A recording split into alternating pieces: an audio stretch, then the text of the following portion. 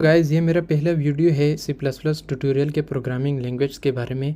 इसमें मैं आप लोगों को सिखाऊंगा basics to advance level of programming language in C plus plus. इसके बाद कंप्यूटर लैंग्वेज और अदर कोई भी सा लैंग्वेज हो, इंग्लिश लैंग्वेज हो, स्पेनिश लैंग्वेज हो, ये क्या होता है? लैंग्वेज वो होता है जबकि दो आदमियों के दरमियान या फिर दो चीज़ों के दरमियान कम्युनिकेशन का एक ज़रिया होता है।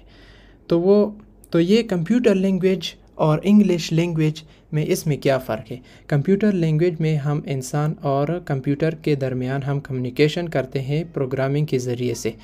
हम कोई कोड लिखते हैं और हम कंप्यूटर को बताते हैं कि इस तरह का कोड है, और वो क्योंकि कंप्यूटर 0 और 1 को समझ सकता है तो वो उसमें कम्युनिकेशन करता है। तो हम कंप्यूटर प्रोग्रामिंग लैंग्वेज के ज़रिए हम और कंप्यूटर आपस में कम्युनिकेशन करते हैं।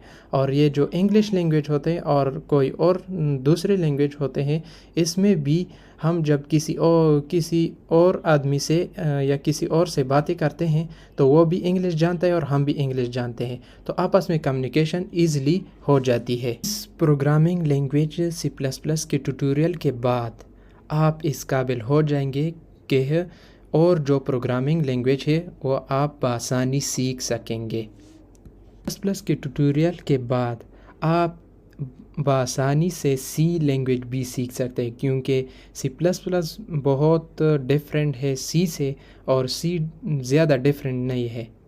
मतलब उसमें ज़्यादा फ़र्क नहीं है। अगर आप सी प्लस प्लस सीख लें तो आप फ़ौरन उसके बाद बआसानी से सी लैंग्वेज भी सीख सकते हैं, क्योंकि ज़्यादा फ़र्क उसमें नहीं है।